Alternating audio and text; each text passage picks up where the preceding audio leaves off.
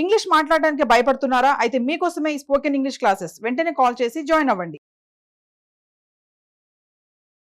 నమస్తే, welcome back to Suman TV. నేను మీ సంజయ్. ఇప్పుడున్న ప్రస్తుత పరిస్థితుల్లో చూసుకుంటే తల్లిదండ్రులపై పిల్లల దాడులు అనేవి పెరుగుతూ ఉన్నాయి. అసలు పిల్లల్లో ఎందుకు ఇంత క్రూరత్వం అనేది ఎలా ఏర్పడుతుంది? అసలు అలాంటి పసి మనసుల్లో ఇలాంటి వైలెంట్ ఆలోచనలు ఎలా వస్తున్నాయి అనే విషయాలపై చర్చించి కొన్ని విషయాలు తెలుసుకుందాం. ఈరోజు మనతో పాటు ఉన్నారు డాక్టర్ అన్యూహ గారు. ఆమెతో మాట్లాడి అసలు ఈ విషయంపై కొన్ని కీ పాయింట్స్ అనేవి తెలుసుకుందాం. నమస్తే మ్యామ్. నమస్తే అండి. మ్యామ్, ఇప్పుడు చూస్తున్నారు కదా బయట ఎక్కడన్నా కొంచెం వైలెంట్ ఆర్టికల్స్ అనేవి వినిపిస్తున్నాయి. అవును, తల్లిదండ్రులపై పిల్లల దాడులు. అవును.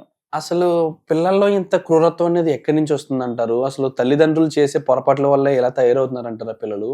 అసలు పిల్లలు తల్లిదండ్రులపై దాడులు చేయడానికి గల కారణాలు ఏంటంటారు? మన ప్రస్తుత జీవనశైలి విధానంలోనే చాలా బిజీ లైఫ్స్ అయిపోయాయి అందరు విన్ను. తల్లిదండ్రులు ఇప్పుడు ఇద్దరు వర్కింగ్ పేరెంట్స్ ఉన్నారు అంటే చాలా బిజీగా ఉంటూ ఉంటుంది. సో దీని వల్ల ఏంటంటే ఒక ఇమోషనల్ గ్యాప్ అనేది ఏర్పడుతుంది అనమాట పిల్లలకి తల్లిదండ్రులకి మధ్యలోని. ఇది ఏర్పడటం వల్ల పిల్లలు వాళ్ళ ఎక్స్ప్రెషన్స్ ని వాళ్ళు ఫ్రీగా ఎక్స్ప్రెస్ చేయలేకపోవటం వల్ల, వాళ్ళ మనోభావాల్ని ఫ్రీగా వ్యక్తీకరించలేకపోవటం వల్ల వాళ్ళు ఆ టైంలో ఎక్కువ కోపంగా అగ్రెసివ్ బిహేవియర్ అంటారు కదా, అట్లా చూపిస్తూ ఉంటారు. ఇది ఒక కారణం. ఇంకా డీటెయిల్ గా చాలా కారణాలు ఉన్నాయి. క్లుప్తంగా చూసుకుంటే కనుక వాళ్ళు గేమ్స్, ప్రస్తుతం పిల్లలందరూ చూస్తుంటే వీడియో గేమ్స్ అవి ఎక్కడ ఏ వీడియో గేమ్ చూసినా అందులోనే అన్ని వైలెంట్ గేమ్స్ ఉంటాయి. సో అలాంటివి చూసి ఆడటం వల్ల కానీ, సోషల్ మీడియా యూసేజ్ వల్ల ఇట్లా వైలెంట్ వీడియోస్ ఏమైనా చూసినా కానీ, లేదా మూవీస్ వల్ల కానీ ఇది ఒక కారణం అవుతుంది. ఇంకా పిల్లలు ఏమనుకుంటారంటే ఇలాగ పేరెంట్స్ బిజీగా ఉన్నప్పుడు అది ఓపెన్ కమ్యూనికేషన్ అనేది ఉండదు. పిల్లల మనసుల్లో ఏమవుతుంది అంటే ఉన్నాము అది అని తప్పితే వాళ్ళు అంటే పెద్ద ఇంపార్టెన్స్ ఇవ్వరు అని వాళ్ళు ఫీల్ అవుతూ ఉంటారు అనమాట పిల్లలు ఇలాంటి పరిస్థితుల్లో. ఒకప్పటి జనరేషన్ లో కూడా కొంచెం వీడియో గేమ్స్ ఉన్నాయి. అంటే ముందు తరం ఒక 5 సంవత్సరాల క్రితం వరకు చూసుకున్నా సరే వీడియో గేమ్స్ అనేవి ఉన్నాయి. ఇప్పుడు టెంపుల్ అని సంథింగ్ కార్ గేమ్స్ అని ఇలాంటివి చాలా ఉన్నాయి. అలాంటి సందర్భంలో ఎప్పుడు ఎక్కడ మనం వినలేదు తల్లిదండ్రులపై పిల్లలు వైలెన్స్ అంత లేదు కదండి. ఇది వరకు ఉన్న వీడియో గేమ్స్ వేరు, ఇప్పుడున్న వీడియో గేమ్స్ వేరు. ఇప్పుడున్న వీడియో గేమ్స్ డైరెక్ట్ గా గన్స్ పెట్టి ఇలా షూట్ చేసి ఎంతమందిని చేశారు అది అని అలా చాలా, అవి కూడా ప్రెసెంట్ టెక్నాలజీ వల్ల చాలా ఇంప్రూవ్ అయ్యి వస్తున్నాయి. సో కంటిన్యూస్ గా పిల్లలు అవే మూడ్ లో ఉండి ఆడటం వల్ల వాళ్ళ మైండ్ కూడాను యూజ్ అయిపోతూ ఉంటుంది దానికి. అది ఒక కారణం. ఇంకా సోషల్ బిహేవియర్ అన్నమాట. వాళ్ళ చుట్టుపక్కల ఉండే ఫ్రెండ్స్ ఎలాంటి వాళ్ళు ఉన్నారు అది ఇవన్నీను అన్నమాట.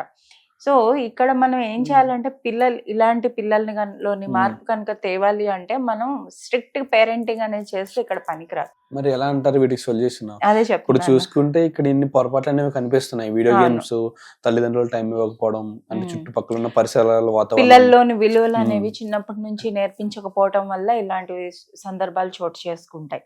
అసలు ఎలా పేరెంటింగ్ లో గ్యాప్ అన్నమాట. అంటే ఇలాంటి ధోరణులు ఇంక ముందు జరగకుండా ఉండాలంటే తల్లిదండ్రులు ఎలాంటి పరిస్థితులు క్రియేట్ చేయాలంటారు? వాళ్ళకి పేరెంటింగ్ అనే దాంట్లో ఎలాంటి కీ పాయింట్స్ యాడ్ చేసుకోవాలంటారు? వాళ్ళు ముందు తల్లిదండ్రులు కోపం అనేది చేయకుండా పక్కన పెట్టి వాళ్ళతో ఇంకా ఓర్పు సహనం పెంచుకొని ప్రేమగా వాళ్ళతో మనం డీల్ చేయగలగాలి. అది చాలా ఇంపార్టెంట్. మనం కోపం చూపించాలంటే వాళ్ళు ఇంకా రివర్స్ ఇంకా అగ్రెసివ్ అయిపోతారు. అర్థం చేసుకోవాలి. ఇక్కడ తల్లిదండ్రుల యొక్క మైండ్ సెట్ ని చేంజ్ చేసుకోవాలి. వాళ్ళు ఇంకా అవగాహన పెంచుకోవాలి. వాళ్ళ పిల్లలు ఎందుకు అలా బిహేవ్ చేస్తున్నారు అనేది తెలుసుకోవడానికి ప్రయత్నించాలి. పిల్లలకి ఫ్రీగా వాళ్ళ ఎమోషన్స్ అంటే వాళ్ళు ఏంటి ఫీల్ అవుతున్నారో వాళ్ళు ఎక్స్ప్రెస్ చేసుకునేటట్టు ఒక సేఫ్ ఎన్విరాన్మెంట్ ని క్రియేట్ చేయగలరు. సో అలా ఉండటం వల్ల ఏమవుతుంది అంటే వాళ్ళ మనోభావాలు ఏంటి ఫీల్ అవుతున్నారో వాళ్ళు ఈజీగా ఎక్స్ప్రెస్ చేయగలరు. ఎప్పుడైతే అది ఎక్స్ప్రెస్ చేయలేకుండా సప్రెస్ అయిపోయి ఉంటుందో అది అలా ఓవర్ ద టైం ఫిల్అప్ అయిపోయి అది అగ్రెసివ్నెస్ అనేది వస్తూ ఉంటుంది అనమాట. ఎగ్జాక్ట్లీ మ్యామ్, మీరు చెప్పింది కరెక్ట్. గానీ ఇప్పుడు వరకు ఉన్న పిల్లలు చూసుకుంటే ఆల్రెడీ ఎడిక్ట్ అయి ఉన్నారు వీడియో గేమ్స్ కి, వీటికి. ఇప్పుడు ఇలాంటి పరిస్థితుల్లో వాళ్ళు వీడియో గేమ్స్ ని సడన్ గా స్టాప్ చేసి నిజంగా వాడిని నార్మల్ గా మీరు అన్నట్టుగా ఒక పద్ధతులు అలవాట్లేనని మంచి మంచి పద్ధతులన్నీ ఏర్పరిచి పెంచుదామన్నా వాడు అలాంటి వాడికి అంత తొందరగా అలవాటు పడలేడు. అలాంటి పరిస్థితుల్లో ఏం చేయాలంటారు? ఇప్పుడు బాగా గేమ్లు ఇలాంటివి ఆపాలి అంటే ఎవరైనా ఆపుతున్న పిల్లలకి సడన్ గా మనం వెళ్ళి గేమ్ ఆపు అని అంటే వాళ్ళు ఆపరు.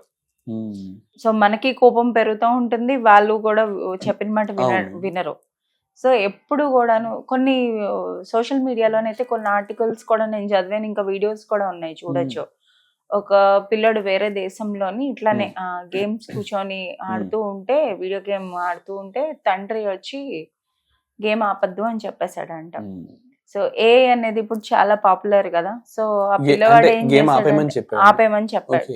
సో అది పిల్లడు తట్టుకోలేకపోయాడు అనమాట, తీసేసుకొని వెళ్ళిపోయాడు ఏదో సంథింగ్ అలాగా గేమ్ ఆపమని చెప్పి. సో ఏం చేశాడు ఆ పిల్లడు, ఏఐకి అడిగాడు అనమాట. వాడు ఏంటి ఫీల్ అవుతున్నాడో అది ఏఐకి అడిగాడు. అది ఏంటి సొల్యూషన్ ఇచ్చిందంటే తండ్రిని చంపేయమని సొల్యూషన్ ఇచ్చింది అనమాట. తండ్రిని చంపేయమని. అది ఆర్టిఫిషియల్ ఇంటెలిజెన్స్ కదా, దానికి ఏమి ఫీలింగ్స్ ఉండవు, ఏమీ ఉండవు, ఏది రైట్ ఏది రాంగ్ ఉండదు. అండ్ అది ఇచ్చే ఆన్సర్స్ కూడాను మనం పెట్టే క్వశ్చన్స్ బట్టి ఉంటుంది.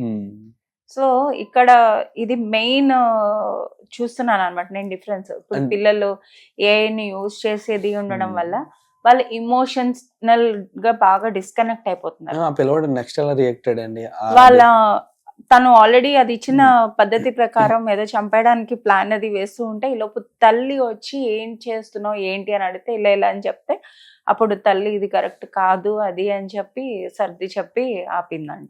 ఏ చెప్పడం వరకు కరెక్ట్ ఓకే అండి, ఏ చెప్పిందని పిల్లవాడు మాత్రం తండ్రిని చంపడానికి రెడీ అవడం ఏంటో అంటే అదే మరి వాళ్ళు ఆ మోడ్ లో ఉంటారు కదా. ఇంకా కొన్ని వీడియోస్ కూడా ఉన్నాయి సోషల్ మీడియాలో నేను చూసాను. ఇట్లానే గేమ్ ఆడుతుండగా సడన్ గా తీసేసుకొని ఆపేయమన్నారని ఇల్లుని ధ్వంసం చేసేసిన వీడియోస్ కూడా ఉన్నాయి. మొత్తం ఇల్లుని పీకి పందిరేయటం అంటారు కదా, అలాగే ఇంట్లో ఉన్న క్రాకరీస్ అన్ని విసిరేయడం, ఏది కనిపిస్తే టీవీ కూడా పగలు కొట్టేస్తాడు ఆ పిల్లవాడైతే. పిల్లలు ఇంత వైలెన్స్ అనేది ఏర్పడిపోయింది మనం చూస్తుండగానే. అండ్ ఒకప్పుడు రక్తాన్ని చూస్తే కళ్ళు తిరిగి పడేవాళ్ళు, అండ్ అంటే కొంచెం వైలెన్స్ ని చూస్తే భయపడేవారు పిల్లలు అనేవాళ్ళు. కానీ ఇప్పుడు పిల్లలే ఎంత వైలెంట్ గా మారిపోయారంటే తల్లిదండ్రులు భయం వేస్తుంది వాళ్ళని చూసి, వీళ్ళు ఇప్పుడు ఎలా రియాక్ట్ అవుతారని చెప్పేసి. సో ఎప్పుడైనా అసలు మీరు ఒక సంథింగ్ దీనికి ఏమైనా ప్రాపర్ సొల్యూషన్ అనేది ఉందంటారా స్ట్రాంగ్? ఇలాంటి గేమింగ్ లో ఉన్నప్పుడు అది పిల్లల్ని కనుక ఆపి కంట్రోల్ చేయాలి అంటే ఇట్లా సడన్ గా వెళ్ళి మనం వాళ్ళ దగ్గర లాక్కోకూడదు. మనం ముందు వాళ్ళ లెవెల్కి వెళ్ళాలి. అంటే ఎట్లా అంటే ఓహో ఏది ఆడుతున్నావు నాకు చూపించు, అది కూడా ప్రేమగానే చేయాలి. ఇప్పుడు ప్రస్తుతం ఉన్న పిల్లలకి గట్టిగా చెప్తే ఏమీ వినరు, ఏమీ చేయరు. సో ప్రేమగానే ఏంటి ఆడుతున్నాం అది మనం కూడా అందులో కొంచెం ఒక 5 minutes ఇన్వాల్వ్ అయ్యి నెమ్మదిగా ఏదో సర్ది చెప్పి అప్పుడు ఆపాలి, కానీ సడన్ గా ఆపకూడదు. అండ్ డిజిటల్ బ్యాలెన్స్ ఇప్పుడు ఇట్లా సడన్ గా ఆపమంటే ఆపరు కదా, కొంచెం రోజు రోజుకి కొద్దిగా తగ్గించుకోండి. వాళ్ళు సోషల్ మీడియా యూసేజ్ కానీ, వాళ్ళు ఎలాంటి టీవీ చూస్తున్నారు, ఎలాంటి వ్యక్తులతో తిరుగుతున్నారు, ఇవన్నీ కూడా తల్లిదండ్రులు బాగా అవగాహన తెచ్చుకోవాలన్నమాట. వాళ్ళని కొద్దిగా విలువల్ని అనేవి నేర్పించడానికి ఇప్పటికైనా సరే ట్రై చేస్తూ ఉండాలి.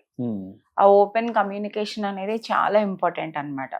ఎంత బిజీగా ఉన్నా కూడాను రోజుకి కనీసం ఒక 10-15 నిమిషాలు పిల్లలతో మీరు కనెక్ట్ అవ్వాలి. అది ఎప్పుడైనా సరే, రాత్రి నిద్రపోయే ముందైనా అవ్వచ్చు, మీరు భోజనం చేసే సమయంలోనైనా అవ్వచ్చు, పిల్లలతోని ఆ కనెక్షన్ అనేది పెంచుకోవడం చాలా ముఖ్యం. మనం ఇదివరకు చాలా వీడియోస్ లో కూడా చెప్పుకున్నాము కనెక్షన్ పెంచుకోవాలి అని. సో ఎప్పుడైతే మనం ఆ కనెక్షన్ ని పెంచుకుంటామో మనకి పిల్లలు ఈజీగా ఎక్స్ప్రెస్ చేయగలుగుతారు, వాళ్ళ ఎమోషన్స్ ఏంటో మనం తెలుసుకోగలము. ఇలా ఇవన్నీ ఈ పద్ధతులన్నీ పాటించడం వల్ల చేంజ్ అనేది వస్తుంది. ఇంకా వాళ్ళకి చిన్నగా జర్నలింగ్ చేపించడం, అంటే పెద్దవాళ్ళు కదా, టీనేజ్ పిల్లలే ఉంటారు కదా, వాళ్ళు రాయగలరు. సాధారణంగా ఇలాంటి ఎక్కువ అగ్రెసివ్ బిహేవియర్ మనం టీన్స్ కిడ్స్ లోనే చూస్తూ ఉంటాం. అండ్ ఇంకొకటి వాళ్ళకి ఎక్కువగా పేరెంట్స్ చేసే మిస్టేక్ ఏంటి అంటే వాళ్ళకి లేబుల్స్ ఇచ్చేస్తూ ఉంటారు అనమాట. అంటే టీనేజ్ వచ్చింది అంటే పిల్లడు ఇలానే బిహేవ్ చేస్తాడు, టీనేజ్ అనగానే మనకు అందరికి వచ్చేది ఏంటి, రెబెల్, ఒక రెబెలియస్ గా బిహేవ్ చేస్తారు, వాళ్ళు చెప్పిన మాట వినరు ఇది అని. సో కొన్నిసార్లు నిజంగా మీ పిల్లలు అట్లా ఉండకపోవచ్చు, మనం ఇట్లా చెప్పడం వల్ల వాళ్ళు విని ఓహో ఇట్లా ఉండాలి అని చెప్పి అట్లా మారే అవకాశాలు కూడా ఉంటాయి. కాబట్టి పిల్లలకి ఏమీ లేబుల్స్ ఇవ్వకూడదు.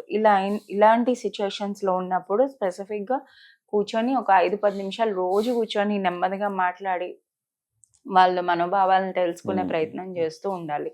తల్లిదండ్రుల మైండ్ సెట్ చేంజ్ చేసుకోవాలి. ముందుగా తల్లిదండ్రుల మైండ్ఫుల్నెస్ ఇవన్నీ ప్రాక్టీస్ చేసుకొని వాళ్ళ ఎమోషన్స్ కంట్రోల్లో పెట్టుకొని అప్పుడే పిల్లల దగ్గర మాట్లాడటానికి వెళ్ళాలి. మనం కామ్ అండ్ బ్యాలెన్స్ స్టేట్ లో ఉన్నప్పుడే మనం పిల్లలతో ఈజీగా మాట్లాడగలం. Thank you ma'am. మనం ఇక్కడ చూసుకుంటే మీరు అన్నట్టుగానే పిల్లలతో ఇంటరాక్ట్ అవ్వరు. ఎవరైనా వీడియో గేమ్కి అడిక్ట్ అయితే మనం వెళ్ళి వెంటనే అరిచేస్తాం వాళ్ళ మీద. ఏంట్రా ఈ గేమ్స్ ఏంట్రా, పక్కన పెట్టి అర్జెంట్గా వెళ్ళి చదువుకో, లేకపోతే కొంచెం అగ్రెసివ్గా తిట్టి మాట్లాడతాం మనం. అలా కాకుండా మీరు అన్నట్టుగా వాళ్ళని అర్థం చేసుకుని, అంటే వాళ్ళ స్టేట్లోకి వెళ్ళి మనం ఏం ఆడుతున్నాం అనేది కూల్గా డీల్ చేయాలంటారు దాన్ని కూడా. Okay ma'am, thank you very much. And మరిన్ని ఇలాంటి టిప్స్ తోటి మళ్ళీ మన ప్రేక్షకుల ముందుకు వద్దాం. వరకు నమస్తే. Thank you.